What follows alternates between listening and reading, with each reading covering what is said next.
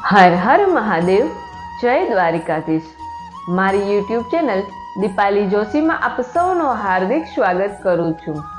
તો મિત્રો, આજના આ વિડીયોમાં આપણે જાણીશું આવનાર મોક્ષદા એકાદશી। મોક્ષદા એકાદશી એટલે મોક્ષ આપનાર એકાદશી। આ મોક્ષદા એકાદશી એ માગસર સુદ એકાદશી કે જેને મોક્ષદા એકાદશી તરીકે ઓળખવામાં આવે છે। અને આ એકાદશીનું ખાસ મહત્વ એટલે છે કે આ દિવસને ગીતા જયંતી તરીકે પણ ઓળખવામાં આવે છે, કારણ કે ભગવાન શ્રી કૃષ્ણએ અર્જુનને આ ગીતા જયંતીના દિવસે એટલે કે માગસર સુદ એકાદશીના દિવસે ગીતા જ્ઞાન આપ્યું હતું। અને સૌ પ્રથમ ગીતાજીનો ઉદ્ભવ એ આ દિવસે થયો હતો। એટલે સર્વ એકાદશીમાં સૌથી શ્રેષ્ઠ અને સૌથી મહત્વ ધરાવનાર કોઈ હોય તો એ આ માગસર સુદ એકાદશી એટલે કે મોક્ષદા એકાદશી છે। એકાદશીને વૈકુંઠ એકાદશી તરીકે પણ ઓળખવામાં આવે છે। આ મોક્ષદા એકાદશીના દિવસે ગીતાજીના પાઠ કરવાથી તેમજ માત્ર ભગવાન શ્રી હરિનારાયણના નામ માત્રથી જ ઉદ્ધાર થાય છે, મુક્તિની પ્રાપ્તિ થાય છે, મોક્ષની પ્રાપ્તિ થાય છે અને જીવનમાં પુણ્યનો ઉદય થાય છે। આ એકાદશીનો દિવસ એ ભગવાન વિષ્ણુને પ્રિય દિવસ છે, એટલે આ દિવસ એ ભગવાન વિષ્ણુને સમર્પિત કરવામાં આવે છે। અને ભગવાન વિષ્ણુની સાથે સાથે એકાદશીના દિવસે માં લક્ષ્મીજીનું પૂજન પણ કરવામાં આવે છે। આ મોક્ષદા એકાદશીના દિવસે અનેક પ્રકારે પૂજન કરવાની વ્યવસ્થા કરવામાં આવી હોય છે, કારણ કે એકાદશીના દિવસે આપણે એવા કેટલાય કર્મ કરીએ કે જેનાથી પુણ્યની પ્રાપ્તિ થાય। ગીતાજીનું વ્રત કરવા માત્રથી જ તેમજ કથા વાર્તા સાંભળવા માત્રથી જ અનેક પ્રકારના પુણ્યની પ્રાપ્તિ થાય છે। અને આ મોક્ષદા એકાદશીના દિવસે પિતૃ પૂજનનું પણ ખૂબ મહત્વ છે। આ દિવસે પીપળાના ઝાડને પાણી પાવું જોઈએ, પીપળાના ઝાડની પ્રદક્ષિણા કરવી જોઈએ, પિતૃનો દીવો કરવો જોઈએ, પિતૃ સમક્ષ કાલાવાલા કરી અને પ્રાર્થના કરવી જોઈએ। આ દિવસનું વ્રત કરવાથી આપણા પિતૃઓને મોક્ષની પ્રાપ્તિ થાય છે અને પિતૃઓની કૃપા એ દરેક વ્યક્તિ ઉપર થાય છે। તો આજના દિવસે ખાસ કરીને આ એકાદશીના દિવસે ભગવાન શ્રી હરિનારાયણ અને મા લક્ષ્મીજીના પૂજનની સાથોસાથ પિતૃઓનું પૂજન પણ કરવું જોઈએ। આપણા હિન્દુ ધર્મ અનુસાર માગસર સુદ એકાદશી કે જેને આપણે મોક્ષદા એકાદશી કહીએ છીએ અથવા તો એને ગીતા જયંતી તરીકે પણ ઓળખવામાં આવે છે, કારણ કે આ દિવસે ગીતાજીનો ઉદ્ભવ થયો હતો। ભગવાન શ્રી કૃષ્ણની વાણી જો કોઈ હોય તો એ ગીતાજી છે। મનુષ્યને સાચા માર્ગે દોરનાર જો કોઈ પુસ્તક હોય તો એ ગીતાજી છે। વેદો અને શાસ્ત્રોમાં માત્ર ને માત્ર એક ગીતાજી જ એવા છે કે જેની જન્મ જયંતી ઉજવવામાં આવે છે, અને આ દિવસ એ સૌથી શ્રેષ્ઠ અને પવિત્ર દિવસ માનવામાં આવે છે। આ દિવસે ભગવાન શ્રી કૃષ્ણએ અર્જુનને ગીતા પાઠ ગીતા બોધ સમજાવ્યો હતો, અને ગીતા એ જ્ઞાન છે, કર્મ છે, બોધ છે અને દરેક વ્યક્તિનો જીવન સંદેશ એ ગીતાજી છે। એ અર્જુનને આ ગીતા જયંતીના દિવસે મળ્યો હતો અને એના દ્વારા આપણને સૌને પણ આ ગીતા સંદેશ અને ગીતા જ્ઞાનની પ્રાપ્તિ થઈ છે। મોક્ષદા એકાદશીના દિવસે માનવતાને નવો રાહ ચીંધનાર ગીતાજી એ ઉદ્ભવ થયા હતા, તેથી જ આ દિવસે ગીતાજીના પાઠ કરવા અથવા તો સાંભળવાનું ખૂબ જ મહત્વ દર્શાવવામાં આવ્યું છે। જો કોઈ વ્યક્તિ 18 અધ્યાયના પાઠ ન કરી શકે તો આ દિવસે એકાદશ અધ્યાયનો પાઠ કરવો જોઈએ, કારણ કે એકાદશ અધ્યાયમાં ભગવાન શ્રી કૃષ્ણના વિરાટ સ્વરૂપનું વર્ણન કરેલું છે, અને ત્યાર પછી એ પણ ન થઈ શકે તો બીજો અધ્યાય, 7મો અધ્યાય, આ અધ્યાયના પાઠ કરવાથી પિતૃને મોક્ષની પ્રાપ્તિ થાય છે અને જીવનમાં નવા રાહ ખુલે છે, જીવનમાં સુખ અને શાંતિની પ્રાપ્તિ થાય છે।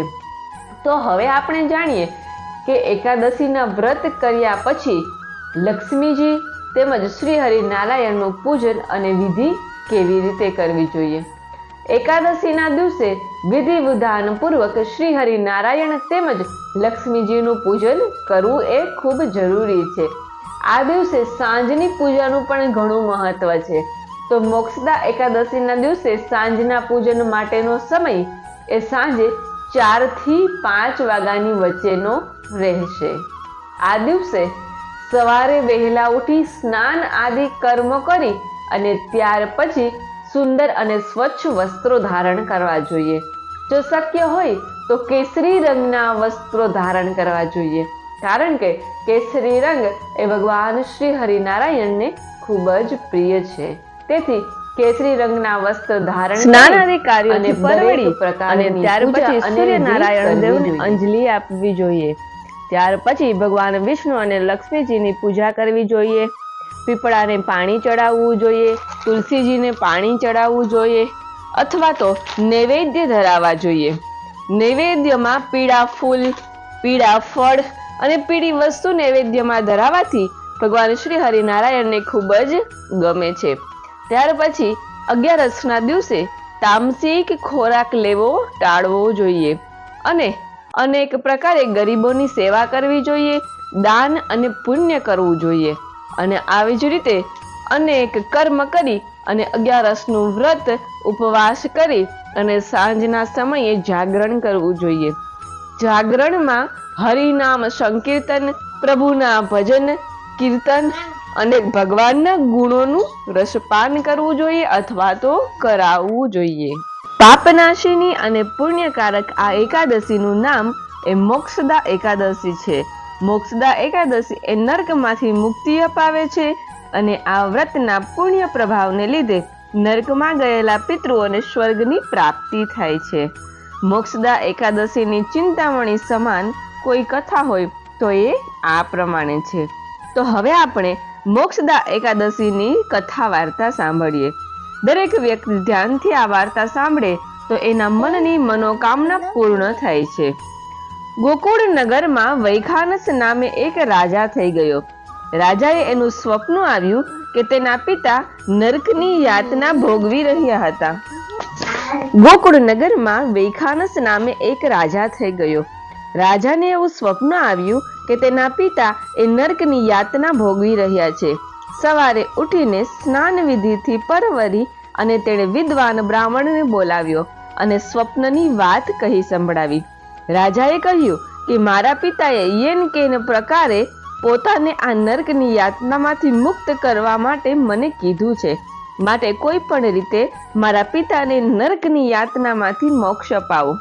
મને માર્ગદર્શન આપો. વિદ્વાન બ્રાહ્મણને રાજાને કહ્યું કે તમે ત્રિકાળ જ્ઞાની એવા પર્વત મુનિનો સંપર્ક કરો, તે તમને યોગ્ય રસ્તો બતાવશે. વૈખાનસે બ્રાહ્મણને દાન દક્ષિણા આપી અને વિદાય કર્યા અને તે પર્વત ઋષિના આશ્રમમાં ગયો.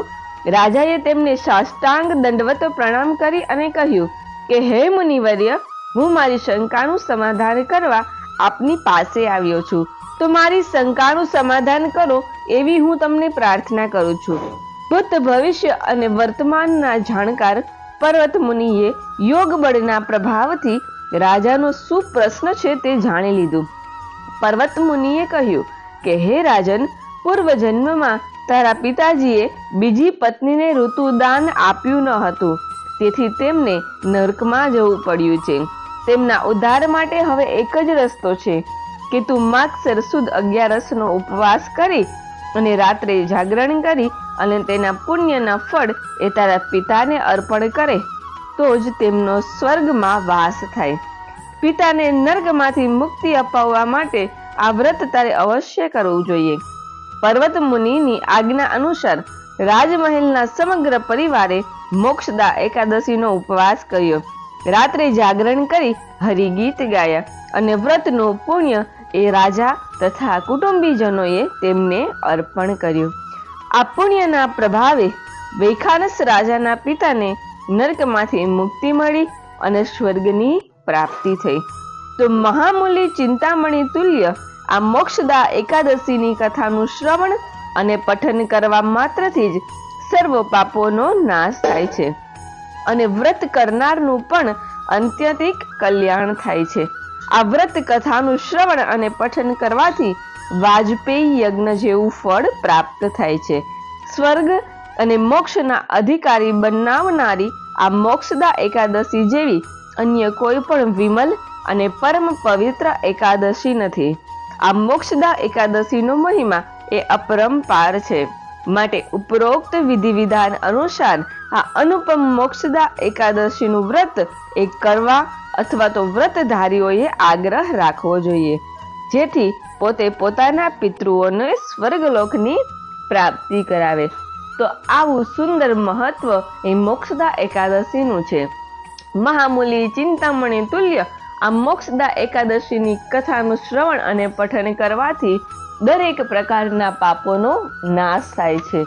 અને જો આ વિડીયો તમને સારો લાગે તો ચેનલને લાઈક, શેર અને સબસ્ક્રાઇબ કરવાનું ભૂલશો નહીં. ધન્યવાદ.